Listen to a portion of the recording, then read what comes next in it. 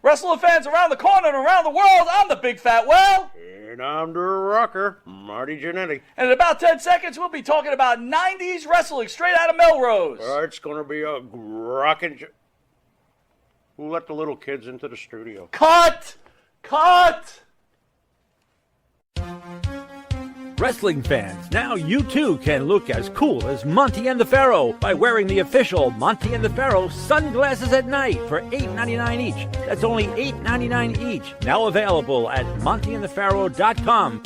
We know what you're thinking. Did they fire off 6 fascinating points of interest or only 5? Well, to tell you the truth, in all the excitement of watching and listening to Long Island's #1 wrestling podcast, I've actually forgotten myself. But being this is the Monty and the Pharaoh from Indie Music Studios in Ronkonkoma, and the fact that they were talking to yet another champion wrestling star, one of the most powerful and talented performers from the wrestling franchise, and not to forget well-informed and provocative interview questions asked and answered. It was such an interesting and entertaining hour, the questions nearly blew your head clean off. Now you've got to ask yourself a question. Do I feel lucky?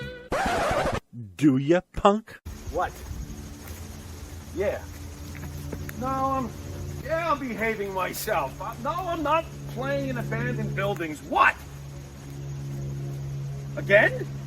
Now, I suppose you had those people follow me again. Fine.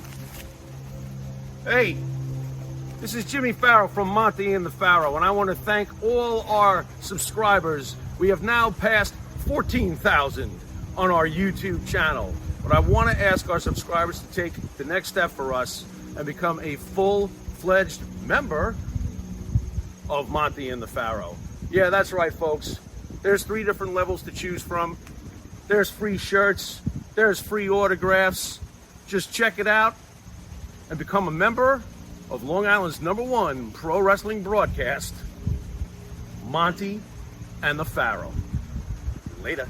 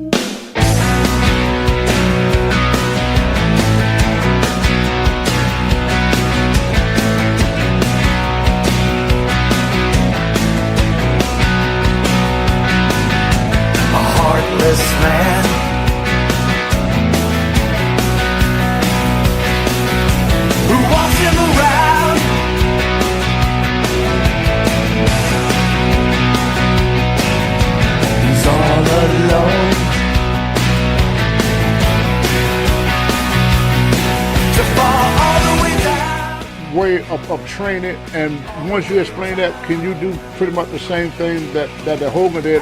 Kind of explain what got you into the business and who helped you to get started in there. But I'm interested to know myself, how in the hell you get to look like that? You jack, bro. Man, this is coming from somebody who's twice my size. Man, I'm trying to get like you, brother, man. You see those arms right there? Well, all you gotta do is get fat, bald-headed, black, and ugly. You look just like me. Well, I'm halfway there. Yeah. Monty and the Pharaoh, #1 wrestling podcast. Yeah. When it comes to podcasts, they are the cream, the crumb. Yeah, dig it? Heartless man. We don't need him around. Yeah. Welcome to another installment of Motch-0-Mandays. I am your host, Motch-0-Man. But I guess you already knew that because you wouldn't be tuning in if it wasn't Motch-0-Man. So here I am, complete with fake microphone stand, the fake headset, and the very real Intercontinental Heavyweight title. Yeah, it accompanies me wherever I go. That's not true either. But as you can see, my fake studio, man, it's very high tech. You see all this high tech plugged in type of electronic type of thing, man. It takes a lot, man. You know, it takes a lot of energy for a fake microphone. Yeah. So here we are. Doing the thing, doing the thing Monday, and we're gonna touch on some topics that I'm not even sure where we're gonna begin. But once the ball starts rolling, it's gonna keep on rolling, and it's gonna keep on gaining momentum, and it's gonna go further and further and further, and it's gonna end up more seductive than sex. Yeah, that's right, I said it. So let's talk about birthdays first of all. Yes, everybody knows that, or some of you may not know, that the guy behind Motch had a birthday on November 1st. And the funny thing is that not a lot of people know that, and that's cool. But what people do know is that on November 15th was the man himself, Macho Man's birthday. The real Macho Man. Because I know you guys get us confused.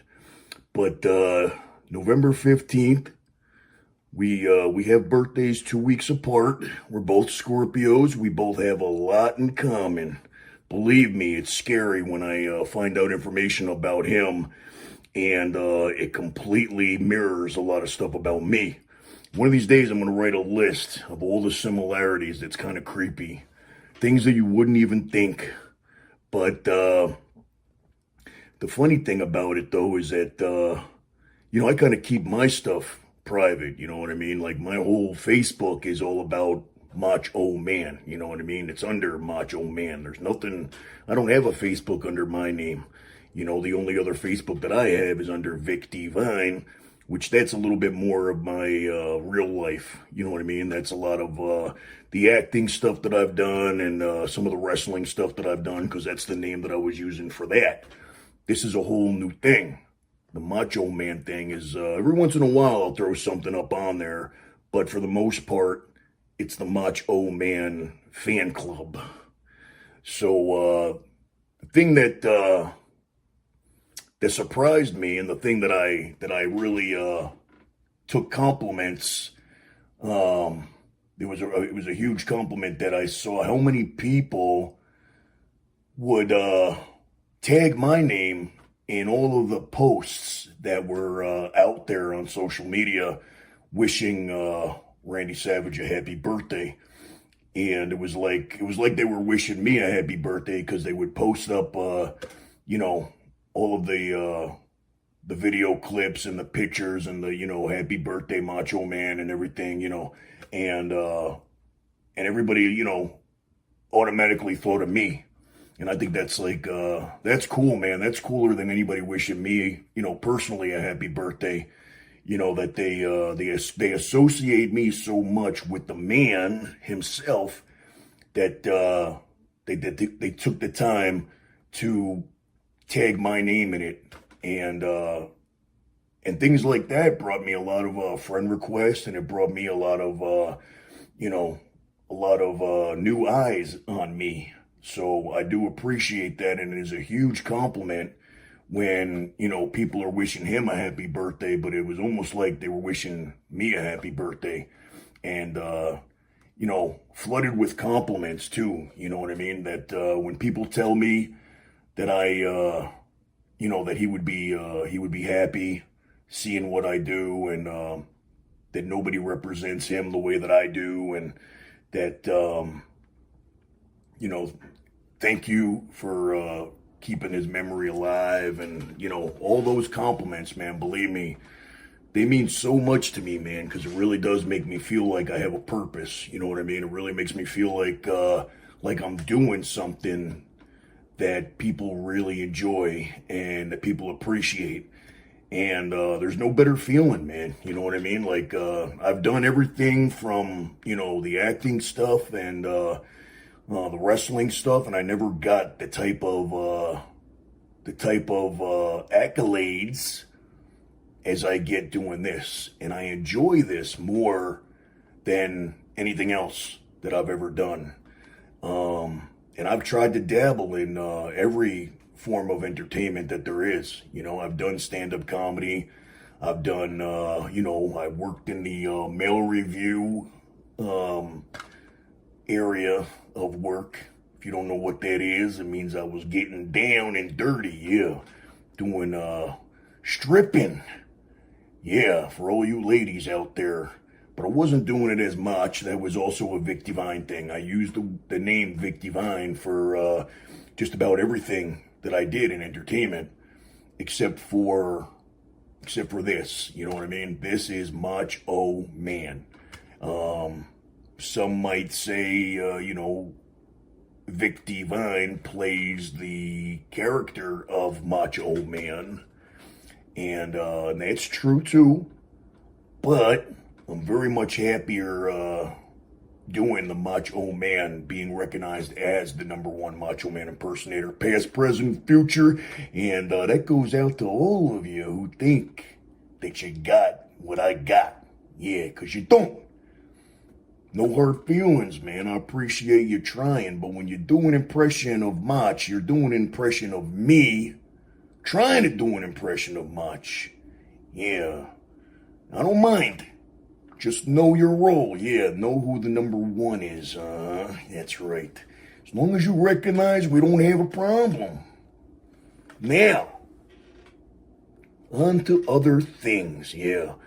So I hope you all did enjoy Macho Man's birthday and enjoyed all the posts that were going up. And if you were some of the ones that tagged me and all that, man, I really do. I like that. I like it. The sad thing is that when May rolls around, I believe it was May 20th. I get dates mixed up, but that was the day that he passed away. And funny thing is, or not so funny, but I get a lot of messages on that day too, for people wishing me their condolences and stuff like that, because they know that, that I'm probably affected by that day. Without a doubt I am, you know what I mean? That was a very sad day, as all of the days are with any passing of any wrestler. But of course that one, hit pretty hard. So it's not pleasant, but it is nice to be associated with anything that has to do with Macho Man. And all I can say is, everybody has a talent, everybody has a gift, everybody has, some sort of I don't know, talent or gift to give to this world. And through trial and error, I feel like that this was the thing that I was exceptional at, better than anybody else. And I'm not being cocky, I'm being real, man, that there is nobody that can do what I do. And unfortunately, that would have been something I would have liked to have been able to say about my wrestling. But, I could be honest and say that I wasn't the best in the world, far from it. But when it comes to impressions and entertaining people with my comedy, you know what I mean, and impersonations, and especially doing this, the feedback that I get from people makes me know that I'm on the right track, that this is what I was meant to do. And whatever it is in your life, this is where I become a motivational speaker. Because I have this platform and I want to make it into a not just an entertaining thing, but a positive type of deal. So for anybody out there that's confused as to what they're supposed to be doing, I don't care if you're 14, 34, 54, or 104, if you haven't found what it is that you're supposed to do, all you got to do is look at your passion. Whatever your passion is, man, whatever you feel is something that you're better than anybody else at, but even more importantly, you do what you love to do. That is the main thing. So the first thing you need to do is say, what is it that I'm better at than anybody else? What is it that I'm passionate about? What is it that I can do that gives back? And because I believe that that's what we were all meant to do is, give back. You know what I mean? We're put here to either teach people something or entertain people in some way, or just spread a message, man. And I'm hoping that I do that. You know what I mean? I'm hoping that people will take something positive from what I do, and when it's all said and done and the smoke clears and the dust settles, not to be too cliche with wrestling promos, but I would like to be remembered as somebody that sent a positive message out there, and that people were able to take something away from that. And whatever it is that you love, my advice to you is to find a way to take that hobby or that passion or that skill or talent or gift. Don't waste it. Don't waste it, man. That's like shooting yourself in the foot. You know what I mean? Take whatever it is and find a way to monetize it. Number one, because we all need to make money. But why would you want to spend 40 hours a week or more? Actually, 40 hours a week is like part-time nowadays. But why would you want to work that many hours doing something that feels like work? Why would you want to do something that you don't enjoy when you could take whatever it is that you're passionate about and combine that with making money? Take your passion and your job and intertwine the two. You understand what I'm saying? And it doesn't even matter what it is.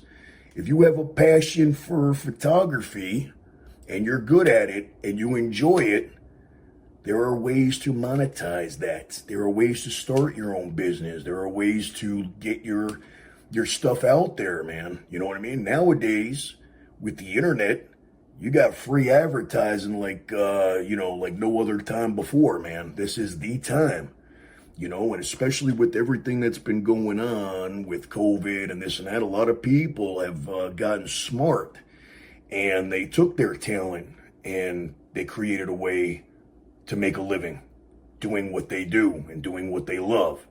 And it doesn't even matter what it is. Even if you think it's ridiculous, man, you're your worst critic. You know what I mean? You're going to be the first one to say, oh yeah, but I can't do that. Why can everybody else do it, but you can't? Doesn't make any sense. If you love kids and you don't work with kids right now, why not? Why not? Because now you're not only doing a disservice to yourself, because now you're doing something that you don't want to do, but these kids out there who need somebody who is passionate about them, and you could change their lives. I don't think I'm changing anybody's life doing what I do, or maybe I am, and that's great. But there's some people out there that really could make a difference in somebody's life. And that difference could be you just going after what it is that you love. You understand what I'm saying? It's a win-win for everybody, man. But the only one who's losing out by not jumping on the opportunity to to do what you do, to do what you love, and to make money, that's all on you, man. So, you know, this whole Motch thing, man, this all started with somebody, you know, I should have thought about it a long time ago. I was always able to do the Motch thing, but, you know, it was just kind of like I was a wrestler that just happened to be able to do a Macho Man impersonation. But I never put the two together. I never wrestled as much, except for later on, you know what I mean? When I was pretty much done with wrestling, then I started to kind of like do some wrestling appearances in the ring, you know what I mean? Recently I posted something up from a battle royal from like 2 years ago.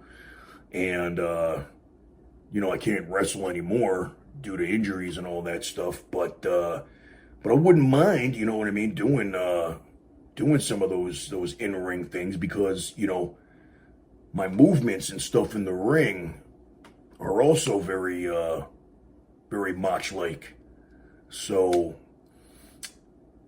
the point is, the message here is I want you to think.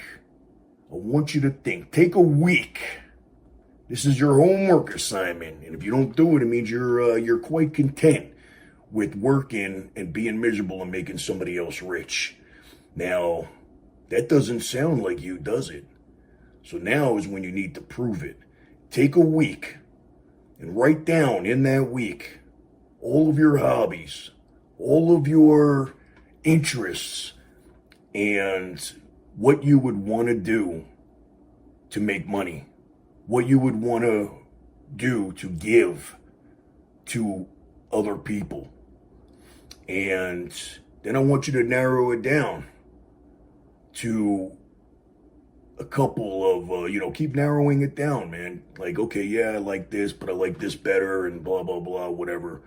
And once you've chosen the one that really stands out, the one that really will make you happy, the one that you feel would really make a difference in the world, make a difference in your world, all you got to do, man, I mean, you don't have to know how. You don't have to know what steps to take. They will be shown to you. The first thing that you need to do is put it into action.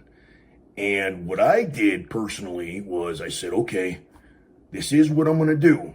Very first thing I need is social media. So I created social media that only has to do with Motch. Every platform. I didn't know how to use social media, but I knew that I needed it. And I figured, okay, well, at least I have the platforms under the name Macho Man. Okay. Then after that, what I did was I got business cards made. You know, Vistaprint, man. You could get like 10 million cards for $1. And that's an exaggeration, but you could get a lot of cards. Design them yourself, put a picture of yourself, put a picture of anything. You could design it any way that you want. And you put your social media on there. And now you have a business where people can actually contact you through email, through your social media, through phone, whatever. And then you just have samples of your work, man. If you're really into photography, chances are that you have a lot of photographs that you've taken over the course of your life, and that could be your portfolio. You know what I mean?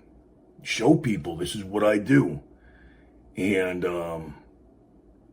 then from there, you know, you start to expand. Let's say that you do just regular photography. Now you want to do like weddings, you know, which is, you know, there's always a demand for wedding photographers. So you work on your craft and you learn how to really capture important photographs for weddings.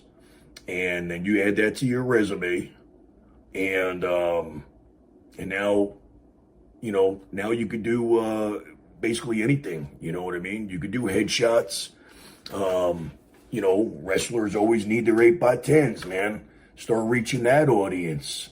And I'm just using photography as an example because it really is a great skill, and it's not something that everybody can do. You know what I mean? It's not just picking up a camera and taking pictures. I mean, photographers are artists, and when they see something, they capture. They see a certain something, And they see it as art where we may not see it as anything, but they see a certain, a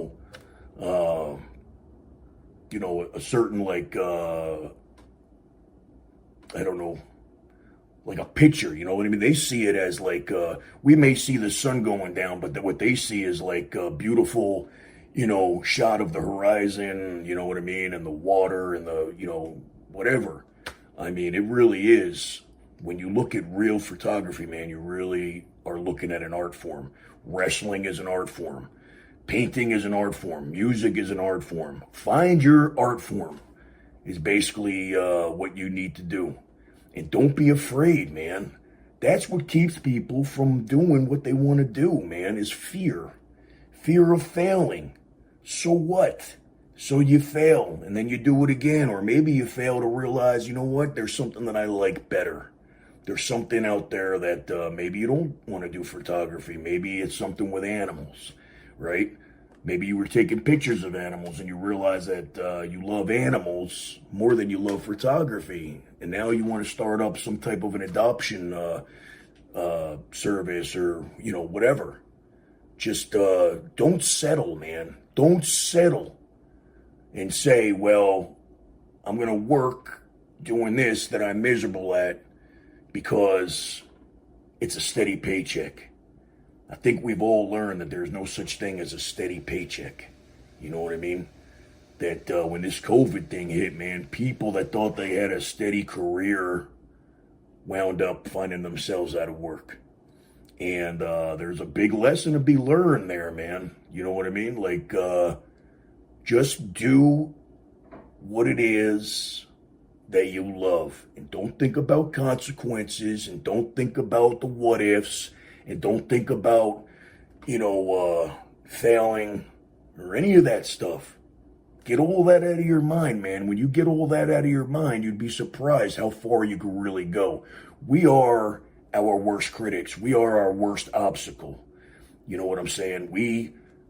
We're the only ones that don't allow ourselves to succeed. Nobody could stand in our way except for ourselves. And that's the lesson here, man. That is a big lesson. And I know that all these things sound very cliche and you've heard them all before. But the reason why you keep hearing it is because it's a message that you have not yet listened to. And whether it's coming from Motch, or it's coming from a website, or it's coming from a friend or family, the deal is that you have to take what you love, find a way to monetize that, and work hard at making it happen. It happened for me with wrestling. I said at 11 years old, I'm going to be a wrestler. That's what ended up happening. I became a wrestler. I worked for WWE on a enhancement talent basis. I worked, trained with OVW, and, I did about 12 years of being in the wrestling business, and it's all because I said that that's what I was going to do. And I'm not taking no for an answer, and I'm not, I'm not going to say, well, how am I going to do this? What am I going to do? All I did was say, this is my passion, and this is what I'm going to end up doing with myself. And that's exactly what happened. Now, sometimes things come up like injuries or whatever, whatever it might be. Sometimes you got to switch gears, man. And I said from the very beginning, okay, my backup plan, which I never liked having a backup plan because that meant that I didn't believe in myself fully. And I know it sounds kind of crazy, and people will say, always have a backup plan and, get an education, which, I do believe that having a backup plan is a good idea. But don't let that backup plan be your safety net to tell yourself, well, if this doesn't work, I have this. You want to have a safety net, but ignore that it's there. You know what I'm saying? If you're doing a high wire, you know that there's a safety net there. You're still not trying to fall. You know what I mean? So, have a backup plan, but don't rely on that backup plan to determine the success of your original plan. You know what I'm saying? So, This is a very important lesson. And from day one, you know what I mean? I said that if anything ever happened with wrestling and I couldn't do it anymore, or, you know, or I didn't enjoy it anymore, or whatever the case, I said, I love entertainment. I love entertaining people. I like acting because wrestling is very theatrical. It is acting, you know, being a certain character and playing, you know, certain emotions and selling and all that stuff, man, that's all acting. So, of course, naturally, and you see a lot of wrestlers going, you know, into acting. It's no surprise, you know what I mean? It's, they go hand in hand, and you see a lot of wrestlers. You know, my plan didn't exactly work out the way that The Rock's did, but you see the success that The Rock had transitioning. You see that John Cena's doing it now. You see that a lot of wrestlers have gone on to doing some acting stuff. And the plan was to move out to LA and be done with wrestling and new chapter, you know, new career path, and that's exactly what I did. And I spent about 3 years out in LA, and I did pretty well, man. You know, you know, I'm not famous, but there are things that I've done that I'm recognized for. You know, I did some national commercials. I did some, you know, some work as, you know, a featured extra, or I'm trying to think of, you know, some B movies that I was like a main character in. I had a very specific look, you know what I mean? I was the bad guy with the shaved head and the muscles, and, you know, always kind of played the bad guy. But that's cool, man. That's, you know, I feel it was a very natural fit. You know, I think I played the bad guy better than the good guy. Although, you know, you change up my look a little bit, and now, you know, I could be the detective or whatever, you know what I mean? I enjoyed being different characters and portraying that the best that I can and be believable. So when the acting thing kind of ran its course, and I was like, you know, I'm really not enjoying what I'm doing. The acting thing is kind of like ran its course. I was, you know, I was still doing the acting thing.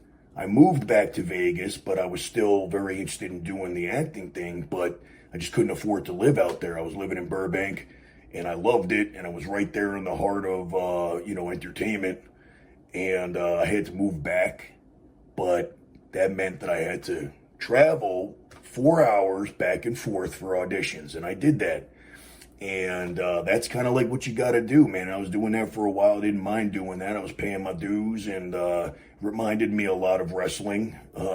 Wrestling actually made me stronger and resilient to do those things, to not look at it as a big deal. So what, driving 4 hours? I've done that my whole life.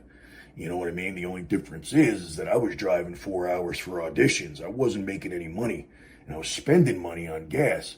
Still, didn't mind. One particular time that I drove out there for an audition for Modern Family to play a small little part of a drug dealer in a courtroom, and I auditioned.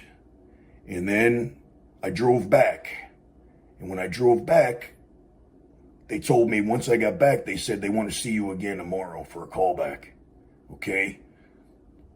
Got up. Drove back out there for the callback. Trying to remember exactly how it went down. I was driving back, and I was halfway home, and my agent calls me and says they want to see you again for another callback. They switched something up in the dialogue, and they want to see you deliver. All right, no problem. I was thinking about just, you know, since I was halfway, I figured let me just go back and you know, sleep in my car or whatever. And I said, no, you know what? Let me go out, go back home, get a little bit of rest, and head back out there in the morning. And that's what I did. Drove back out there. Thank God I had a reliable car at that time, man. A lot of driving. Drove back out there, did the audition. and just kind of like, just forgot about it. Just, okay, I'm doing what I got to do. And then I got the call that I got the role, and it was an, itty bitty role, but it looked good on the resume. And if you watch an episode of Modern Family, I believe it was the season finale. I don't remember what season, but the name of the episode was Good Night, Gracie. So if you Google that, I'm pretty sure that you'll see the episode. But don't blink. Don't blink, because it was quick. It was a quick scene as it was.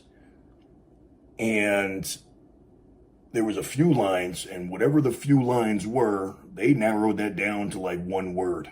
So, it was a very quick shot, but I'm still getting residuals for it. Not much, but when it airs, and where it airs, and how it airs, and all that stuff, I don't know how that's all, calculated, but it was a union job. At the time, I was in the union. I was in SAG and AFTRA.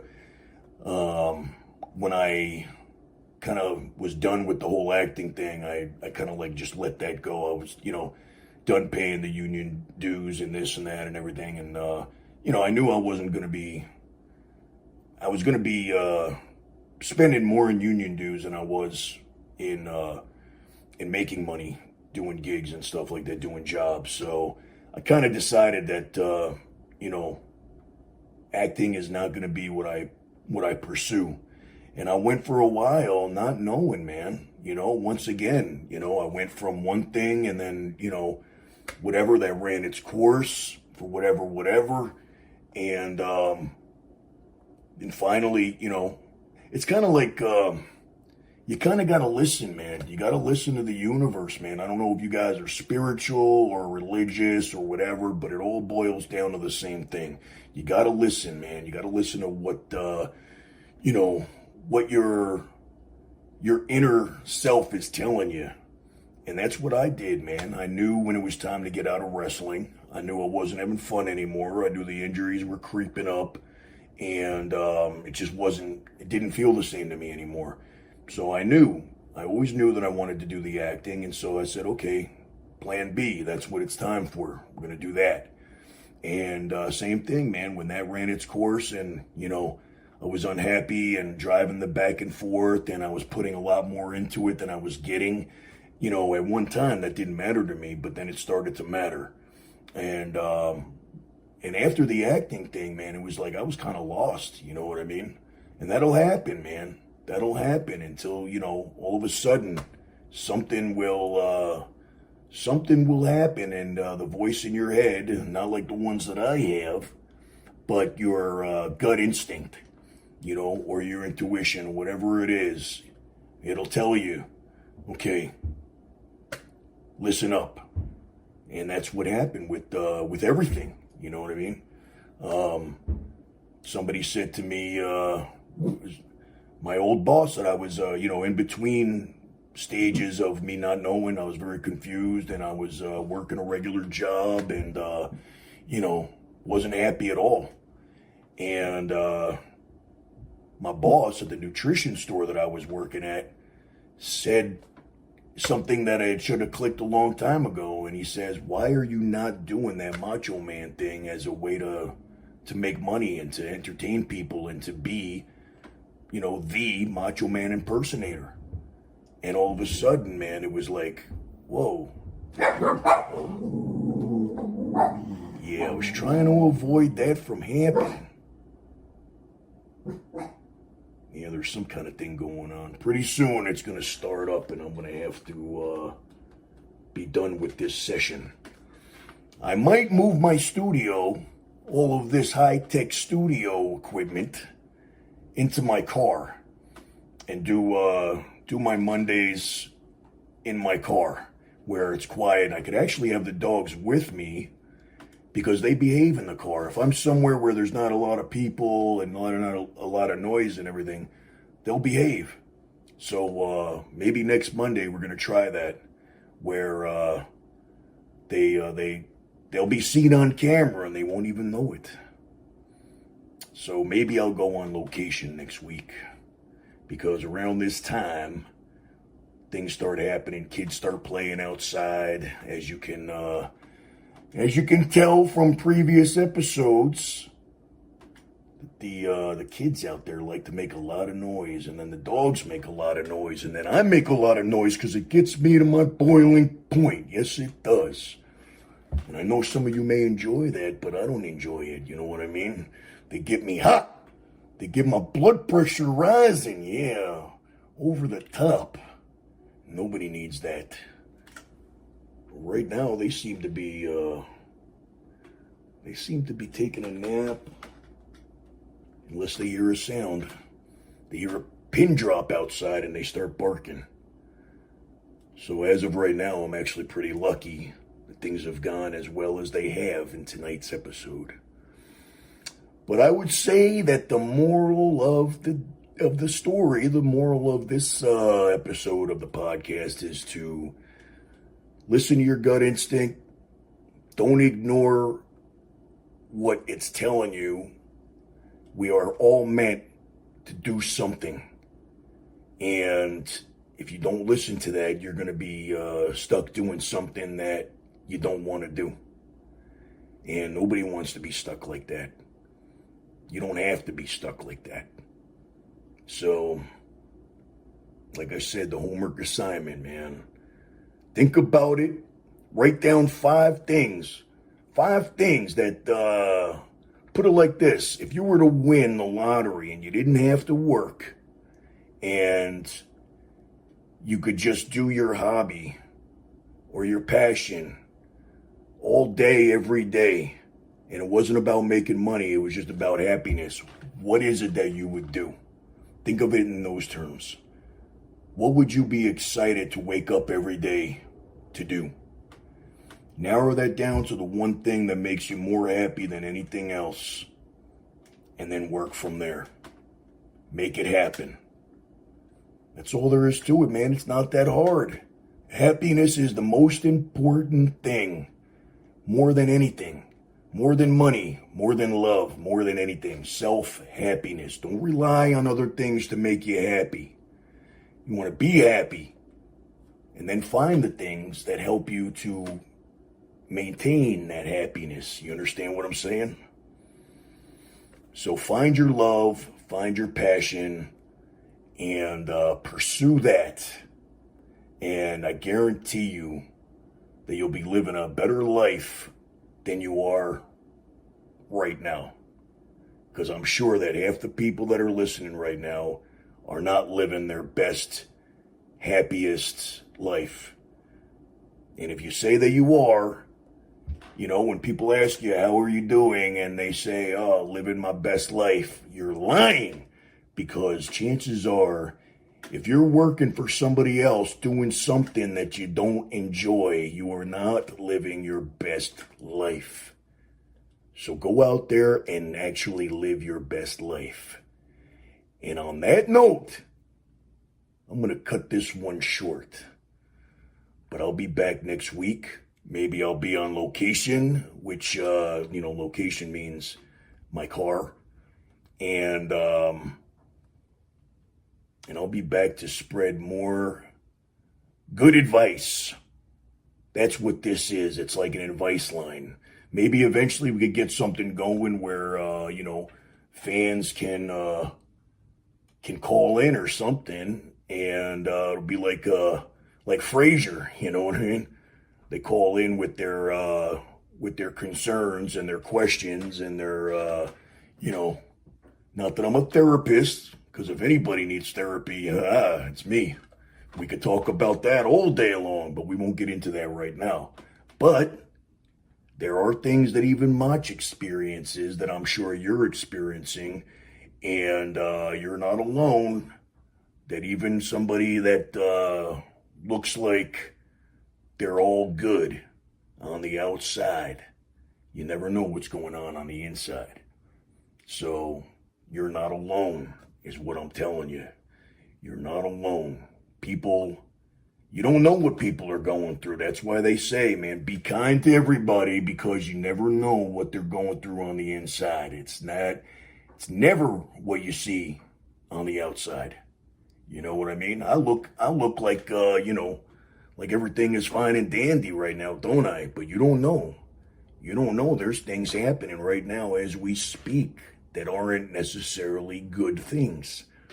But you're not alone. Because I'm sure you might be even experiencing the same exact things. So on that note, if you're not living your best life, start putting the plan into action to live your best life. And do it now. Right now, after listening to this, instead of watching Monday Night Raw, which is completely pointless and completely unentertaining, and it ain't doing your heart, mind, or soul any good, take a moment, take a piece of paper, and write out 5 things that you would do with your life if you didn't have to work. What are the 5 things that you would do for fun, for the love of just doing it, for the way that it makes you feel? And maybe we'll get some responses, man. Maybe what we could do is write into the Monty and the Pharaoh. Like last week, we had some questions, and maybe this week we could see what answers you guys have come up with as far as what you want to do with your life. What would make you happy? What is your start and your end goals? And I think that if everybody does that, man, we're all on the right track. So hope to hear from you guys. Maybe send in your plan of action. And you never know, maybe Mach can help you along. I hope I can. Because I don't really know what my purpose is, man. But I do know that I have a platform now. And if I can spread my good word and make people happy by entertaining them and giving my words of wisdom just from my life experiences, then I feel like I'm on the right track. So with that being said, happy Monday, and I'll see you guys next week. Motch-0-Mandays signing out. Ooh, yeah, dig it.